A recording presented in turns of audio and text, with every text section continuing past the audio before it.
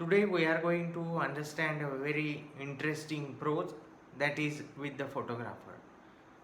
आपण सगळेजण कधी ना कधी फोटो काढण्यासाठी स्टुडिओमध्ये गेलो असो आणि त्या फोटोग्राफरच्या स्टुडिओमध्ये गेल्यानंतर त्या फोटोग्राफीच्या दुकानामध्ये गेल्यानंतर आपल्याला वेगवेगळ्या प्रकारचे अनुभव बघायला मिळतात आणि आपण सगळ्यांनी ते अनुभव घेतलेले सुद्धा असतील. मग ते फोटोग्राफरची असलेली सगळी सामग्री, त्याच्या आतमध्ये असलेला स्टुडिओ आणि मग तिथे असलेला टेबल, मग मध्येच आपल्याला भांग पडायला लावणे, पावडर लावायला लावणे किंवा अजून मान इकडे घ्या, उजवीकडे घ्या, डावीकडे घ्या, अशा पद्धतीने त्या फोटोग्राफरच्या असलेल्या आपल्याला इन्स्ट्रक्शन्स आणि मग त्या त्या ठिकाणी मध्येच तो म्हणणार स्माईल करा, मग मध्येच म्हणणार तुमचे डोळेच मिटले गेले.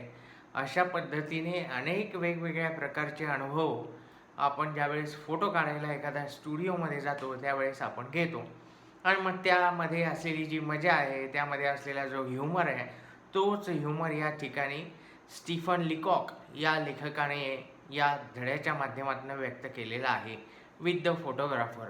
What happens when the Stephen Leacock went to the studio to have a photograph for his official purposes. At that time, what he experienced with the photographer, that experiences he has recollected in these prose.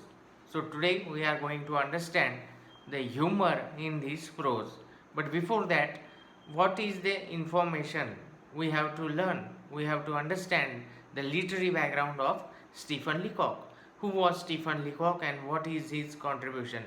Stephen Leacock was born in 1896 and died in 1944. He was born in Britain but brought up in Canada. He taught for a number of years at McGill University, Montreal. Best known as a humorist, his many volumes of humorous essays and stories include Literary Lapses, which was published in 1910, Nonsense Novels, which was published in 1911, and Frenzied Fiction, which was published in 1918. His best work can be described as balanced between cutting satire and sheer absurdity. What is satire? Satire म्हणजे उपहास करणे, absurdity म्हणजे गूढ. So with the photographer is an amazing account of Leacock's encounter with a photographer. तो ज्यावेळेस त्या फोटोग्राफरच्या दुकानामध्ये जातो त्यावेळेस त्या दोघांमध्ये असलेलं जे संभाषण आहे ते संभाषण म्हणजे हा धडा आहे विथ द फोटोग्राफर प्रोज आहे. He recollects his experience of getting a photograph taken with an observant eye for detail. He records his sharp reactions to having his face reshaped and recountered by the skilled photographer.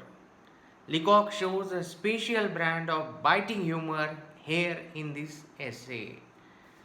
मग तो फोटोग्राफरमध्येच आपल्याला म्हणणार ज्यावेळेस आपण एखाद्या फोटोग्राफरकडे जातो, अरे तुमचा चेहराच व्यवस्थित नाही आहे, तुमचं हास्यच चांगल्या पद्धतीचं नाही आहे, तुमचं ना मानाचं जरा उंच होते ती जरा खाली घ्यायला पाहिजे.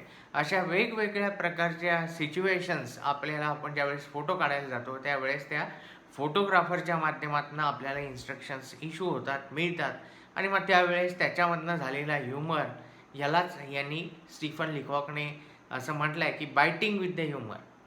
तर अशा पद्धतीचा प्रयोग या ठिकाणी त्याने केलेला आहे आणि त्याच्यामुळे आपल्याला एक चांगला विनोदाचा भाग या ठिकाणी उत्पन्न झालेला आहे की कशा पद्धतीचे अनुभवसुद्धा आपण आपल्या आयुष्यामध्ये घेऊ शकतो.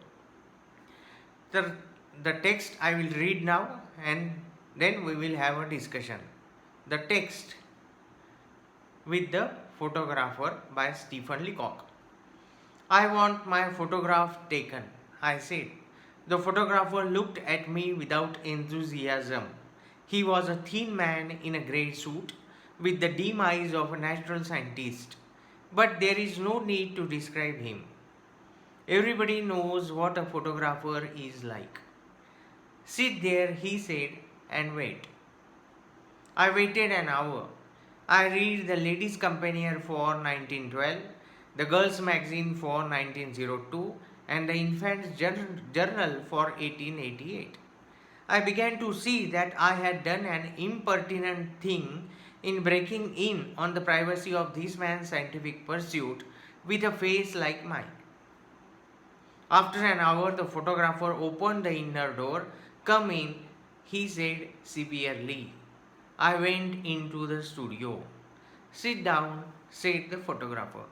I sat down in a beam of sunlight filtered through a sheet of factory cotton hung against a frosted window. The photographer rolled a machine into the middle of the room and crawled into it from behind. He was in only a second, just time enough for one look at me, and then he was out again, tearing at the cotton sheet and the window panes with a hooked stick, apparently frantic for light and air. Then he crawled back into the machine again and drew a little black cloth over himself. This time he was very quiet in there. I knew that he was praying and I kept still. So this is the situation with the photographer. कुठल्याही फोटोग्राफरच्या दुकानामध्ये आपण गेल्यानंतर, स्टुडिओमध्ये गेल्यानंतर, त्या स्टुडिओमध्ये गेल्यानंतर तो फोटोग्राफर आपल्याला म्हणतो या बसा, आणि त्याचं जे काही काम चालू असतं, आणि मग त्यावेळेस तिथं असलेले जे मॅगझिन्स आहेत ते मॅगझिन्स, ते जर्नल्स वाचण्याचा अनुभव आपल्याला घ्यावा लागतो.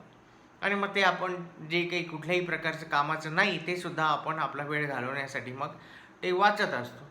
तर अशाच पद्धतीचे काही मॅगझिन्स त्या ठिकाणी ह्याने सुद्धा, या फोटोग्राफरने त्याच्या टेबलवर ठेवलेले होते वेटिंग रूममध्ये. आणि मग तो ते वाचतो आहे हा स्टीफन लिकॉक तिथं पोहोचल्यानंतर. आणि मग त्या दोघांचं होत असलेले संभाषण, त्याने त्याला वेळ दिला 1 तास पूर्णपणे हा तिथे त्या फोटोग्राफरची वाट पाहत होतात. आणि मग त्या 1 तासानंतर ते फोटोग्राफर आले आणि त्यांना आतमध्ये स्टुडिओमध्ये घेऊन गेले. सुरुवातीच्या कालावधीमध्ये 18व्या शतकाच्या शेवटी आणि 19व्या शतकाच्या सुरुवातीला कॅमेरे जे होते ज्याच्यातनं आपण ते फोटोग्राफ्स काढले जात होते, ते असे मोठे एक युनिट होतं, त्याच्यावर तो काळा कपडा